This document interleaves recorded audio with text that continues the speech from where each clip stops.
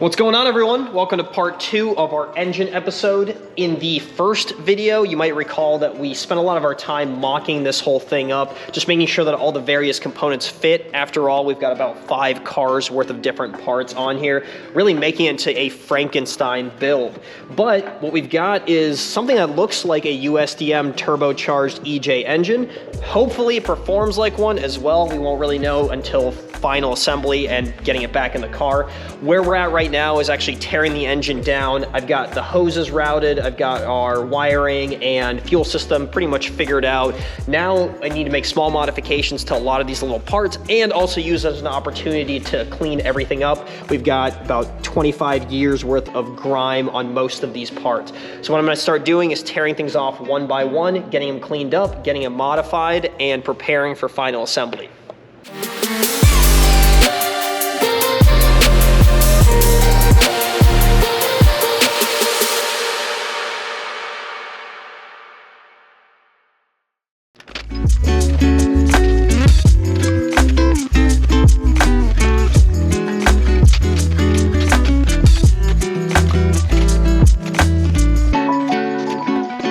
Got the old oil pan off, and I think I know the reason we had so much leaking. It's because whoever switched this out last decided to use just a standard gasket material instead of a high temp silicone.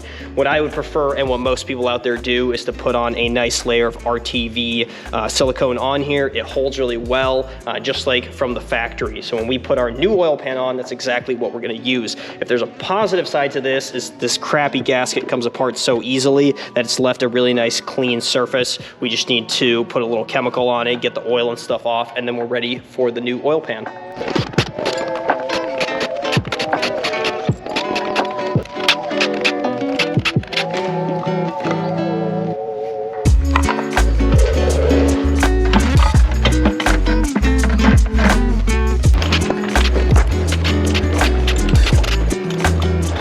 Before I pull off the heads to take to the machine shop, I wanted to figure out the oil drain situation for the turbo. So down here is where the oil going through is going to drain out, and obviously on an NA engine, there's no provision for that. Typically what people do will either weld onto the valve cover or drill through this point. You saw me doing that. So I'm all the way through. I just need to make that hole a little bit bigger, and I need to find a fitting that's going to work. So I've been going through some miscellaneous ones I have, and actually this PCV valve right here is going to work just fine for us. It's the same diameter as the drain on the turbo. Really, I just need to drill out the top, get the internal piece out of here, and then we can drill the hole, weld it straight to here.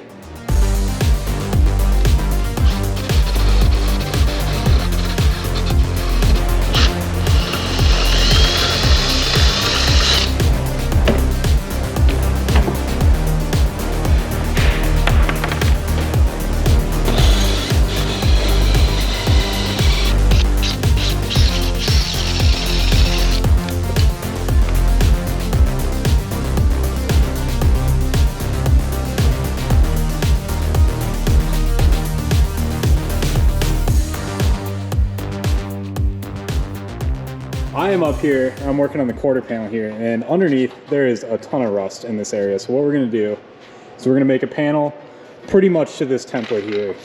So just gonna transfer that to some steel, but then underneath I've already got a tape line marked out, so I'm just gonna cut along this line here, and that will get rid of most of this rust on the outer skin. Pretty nasty, but then it's all clean up here, so we'll be able to sand it down, paint it, paint that, and get that kind of on temporarily. It'll all be covered up by the flare, so you're never going to see any of it anyway.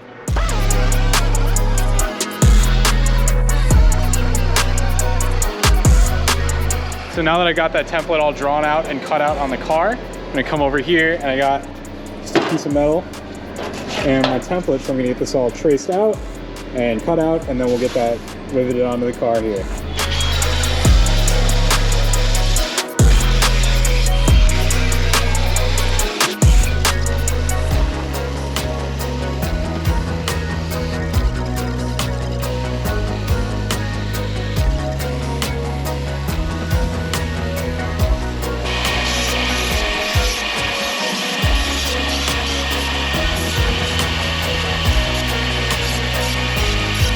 So I've got my panel all cut up here. I even went through and radiused the edges just so nobody cuts themselves.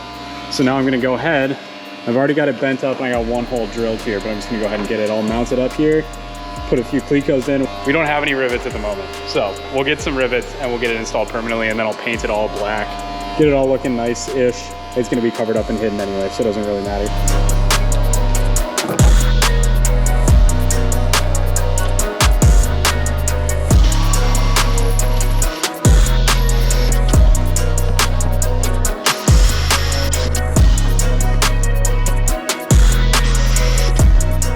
Wanted to give you guys a quick little update on this patch panel I was making. So got it all done, got it all riveted in, painted black. Not the best paint job overall, just not the best project, but it got rid of the rust. And you know what, if we go back here a little ways, you can't even tell. It blends right in. It's all gonna be covered up anyway, just gonna prevent any further rust. But now I think it's time we get, you might see we got some suspension components in, but I'm gonna show you guys the process of getting those in, as well as some of the drivetrain. I think Art and Corey are working on getting the transmission back right now. Flashback. So as you guys remember, as we were taking off those lower control arms, we did shear both of those bolts. It looked pretty nasty on the inside, so we assumed that they just seized up with the rust. So Avi has cut them out, and now he's going to weld the new plates in with the nuts on the back of it so that we can reconnect our control arms. So let's let him do it. So I use this magnet block to kind of hold it, basically just get it out of the way, and then this guy just plops right in, like And that. then you just kind of want to zap. center it as best we can.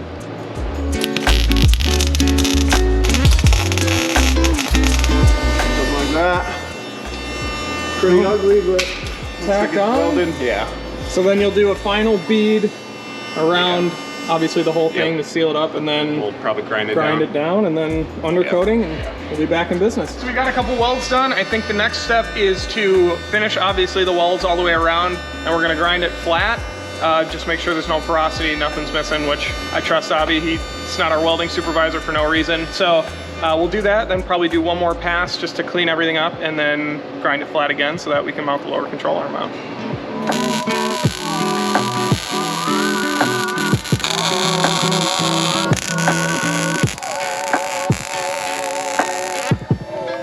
A little later. So Avi just called me out here. He said he has the one side partially ground down the first time. So like I said, does a weld around the outside, grinds it, make sure there's no porosity. But in this case, like he said, this is exactly why we do it. It's gonna be kind of hard to see if this doesn't focus, but there's some pinholes, some stuff that'll need to be filled in. But then once those are filled, grind it flush again. That one will be good to go. So then this is, before it's ground, this is kind of what it looks like. Gross.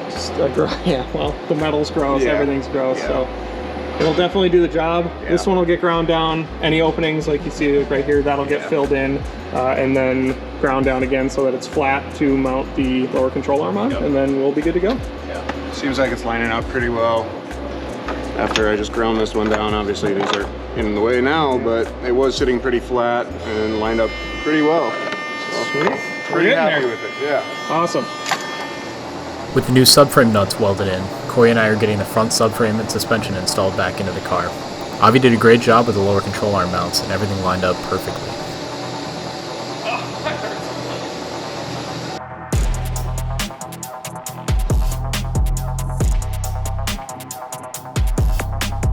All right, so I'm out here working on getting these subtle solution top hat spacers on. Got the one side on. About to start the second one. I don't know why everyone says these are so tough to do, to get these factory studs out. I haven't had any issues. Just like that. Gotta have the right touch, I guess.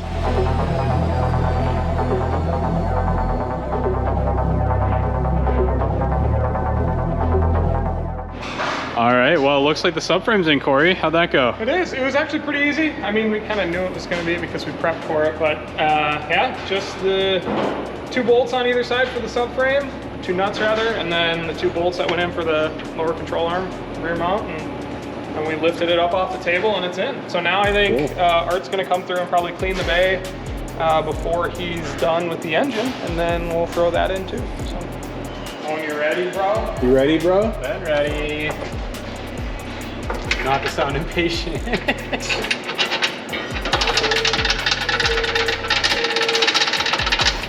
Can you We're moving. We're gonna smack the brake line on this side. Hold up. Oh, I'm already crossing the bolts. By hand. Oh God, sorry. Are you just lifting it up? Yes. It was right about this moment we realized we forgot to reinstall the fuel tank, so the subframe had to come back out again. Oh no.